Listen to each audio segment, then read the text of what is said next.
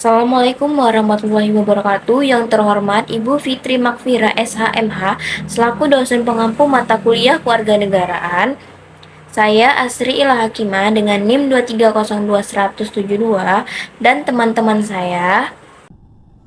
Saya Yuliamana Nasution dengan NIM 2302163. Assalamualaikum warahmatullahi wabarakatuh. Perkenalkan, saya Amila Salsabila Lubis dengan NIM 2302152. Assalamualaikum warahmatullahi wabarakatuh. Perkenalkan, nama saya Muizzatun Azfuria dengan NIM 230210051. Dan saya Kurnia Molinda dengan NIM 230210060. Assalamualaikum warahmatullahi wabarakatuh. Perkenalkan, nama saya Muhammad Haikal dengan NIM 2302110. Assalamualaikum warahmatullahi wabarakatuh. Perkenalkan, nama saya Muhammad Furkan dengan nomor NIM 2302142. Kami dari kelompok 11 ingin membahas dan menganalisis isu terkini tentang adanya peretasan data di PDN yang dimana Kominfo ini mengalami gangguan sejak 20 Juni lalu, dan mari kita simak pembahasan dari kelompok kami.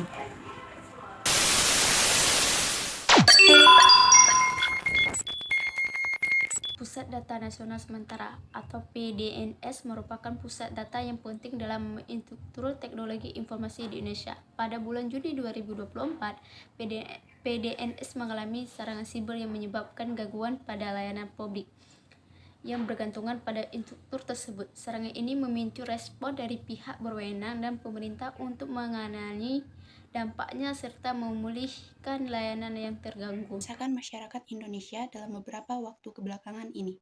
Karena hal ini, Dewan Perwakilan Rakyat atau DPR, Komisi 1 memanggil Kementerian Komunikasi dan Informasi atau Kemenkominfo dan Badan Siber dan Sandi Negara atau BSSN pada Kamis 27 Juni 2024 lalu.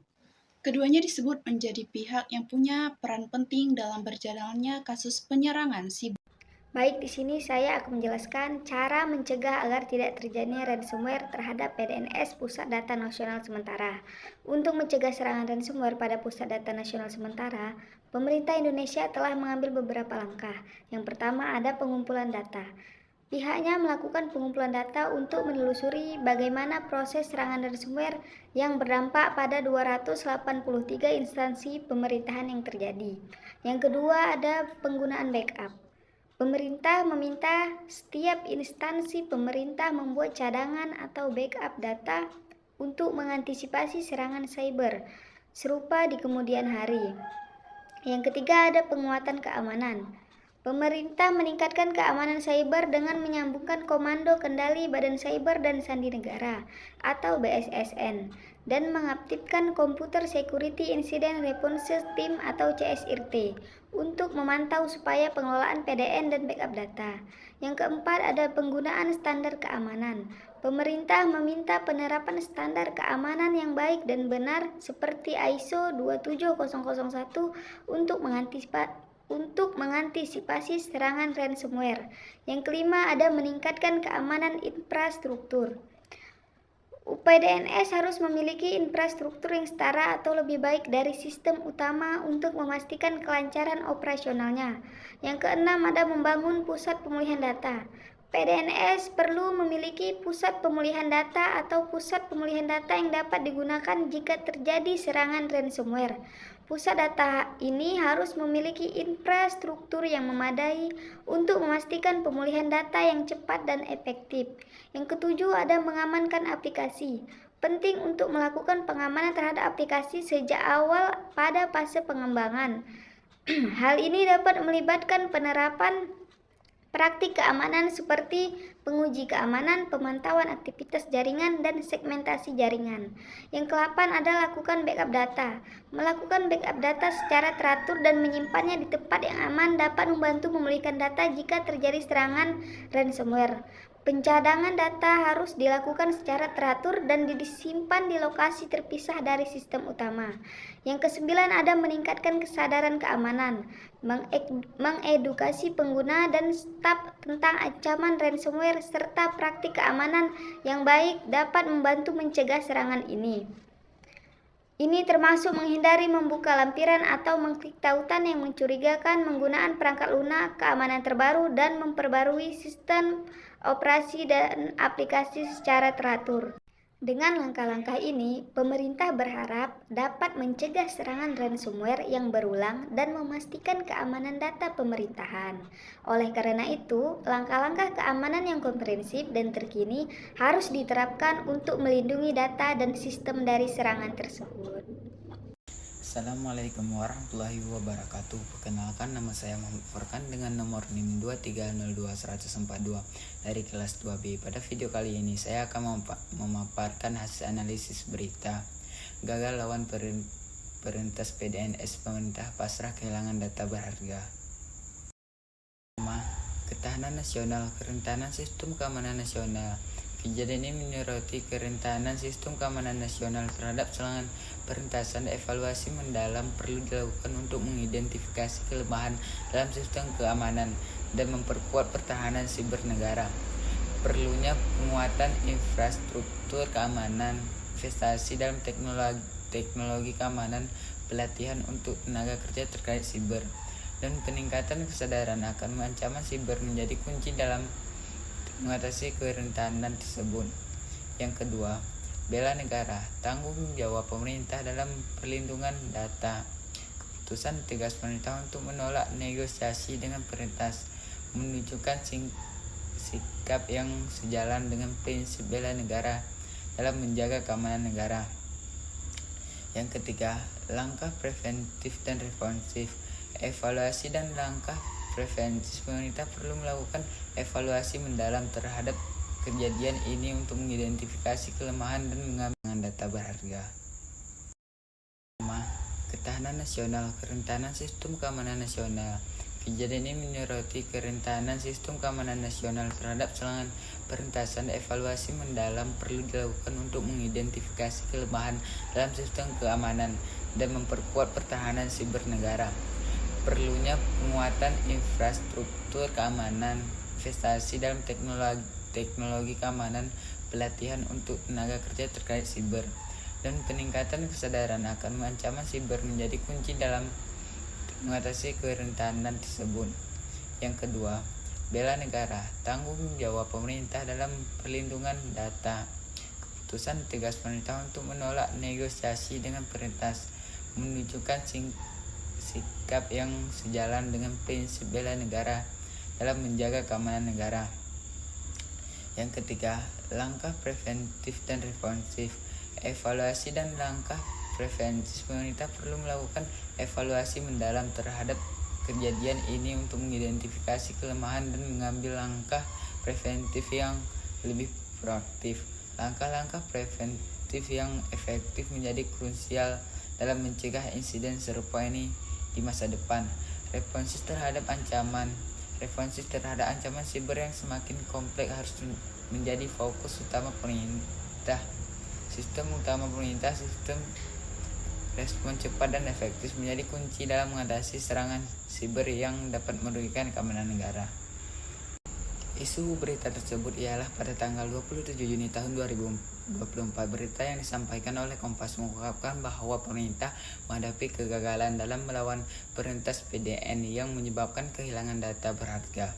Pemerintah juga dihadapkan pada tuntutan perintisan untuk membayar senilai $8 juta AS atau sekitar 131 miliar agar data-data yang tersimpan di PDNS dapat dibuka. Namun, pemerintah menolak untuk melakukan negosiasi dan membayar jumlah tersebut.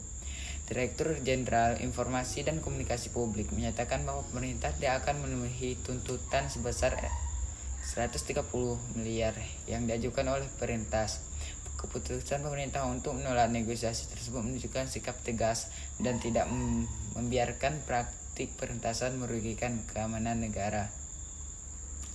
Dengan demikian, kejadian ini Pemirsa, serangan siber kembali menghantam Indonesia dengan menargetkan Pusat Data Nasional atau PDN. Bocor lagi. Kegagalan pemerintah dalam melindungi data nasional yang merupakan aset penting sebuah negara adalah bencana. Bagaimana bisa sebuah PDN diretas oleh hacker Dan yang lebih parahnya, si hacker ini meminta tebusan ratusan miliar. Ini gimana lagi sih? Jadi PDNS yang dikelola Kominfo mengalami gangguan semenjak tanggal 20 Juni lalu, tapi baru diakui pemerintah pada tanggal 24 Juni. Gangguan itu bikin sebanyak total 282 tenaga pelayanan publik terdampak. Saya kira cuma layanan imigrasi sama yang PPDB, ternyata data-data kita juga ikut bocor. Dan kalau menurut BSN, Hisan Sibulian, server pada kena serangan Rosmal yang bikin data penting terkunci dan nggak bisa diakses. Dan pada pas raker Komisi 1 DPR tanggal 21 Juni kemarin, BSN bilang kalau permasalahan utamanya adalah tata kelola sama data nggak di backup sama Komin. Gimana ini? Sebuah data nasional yang dipadukan seluruh kementerian bisa-bisanya tidak di backup. Kominfo malah membackup sebagian hanya 2% saja. Apakah ini yang dinamakan sebuah kebodohan? Sangat random sekali negara kita ini, sebuah data gak ada yang backup. Oke, di sini saya akan menjelaskan sedikit bagaimana tanggapan kepemerintahan tentang peretasan PDNS yang terjadi baru-baru ini. Ada yang mengatakan, peretasan itu bukan hanya pernah terjadi di Indonesia, tetapi juga pernah terjadi di negara lain. Pemerintah memberi tanggapan tentang peretasan PDNS yang terjadi beberapa waktu yang lalu, yang dimana katanya pemerintah Joko Widodo telah melakukan evaluasi terhadap insiden tersebut dan menekankan agar semua data nasional direkam cadang atau di backup untuk menghindari kejadian serupa di masa mendatang. Juga menegaskan kementerian lembaga dan pemerintah daerah untuk memiliki kewajiban membuat cadangan data dan layanan sebagai upaya untuk menjaga keberlangsungan layanan. Pemerintah juga menyiapkan pengaturan terkait penempatan data dan cadangan secara berlapis sesuai dengan tingkat klasifikasinya dan data mulai dari data strategis, data terbatas, hingga data terbuka. Data yang ada dalam PDNS akan dicadangkan oleh sebuah situs dingin atau cold site untuk memulihkan data jarak jauh. Situs dingin ini juga menantinya akan ditingkatkan menjadi situs panas atau hot site, khususnya layanan bersifat strategis. Oke, tujuan hacker dalam meretas data PDNS bisa dikarenakan beberapa tujuan utama, seperti keuntungan finansial dan manipulasi sosial dan politik. Data pribadi yang dikumpulkan dari PDNS seperti nomor identifikasi, alamat, dan informasi sensitif lainnya dapat dijual di pasar gelap untuk keuntungan finansial. Informasi ini dapat digunakan untuk melakukan penipuan identitas atau kejahatan. Data yang diperoleh bisa digunakan untuk memanipulasi opini publik atau mengganggu proses politik. Seperti pemilihan umum, dengan data pribadi, hacker bisa menyebarkan disinformasi atau melakukan kampanye hitam terhadap individu tertentu. Adapun kebanyakan hacker melakukan peretasan data hanyalah untuk kebutuhan uang, dan secara tidak sengaja memberikan kritik terhadap pemerintah agar meningkatkan sistem yang lebih kuat untuk mencegah serangan di masa mendatang.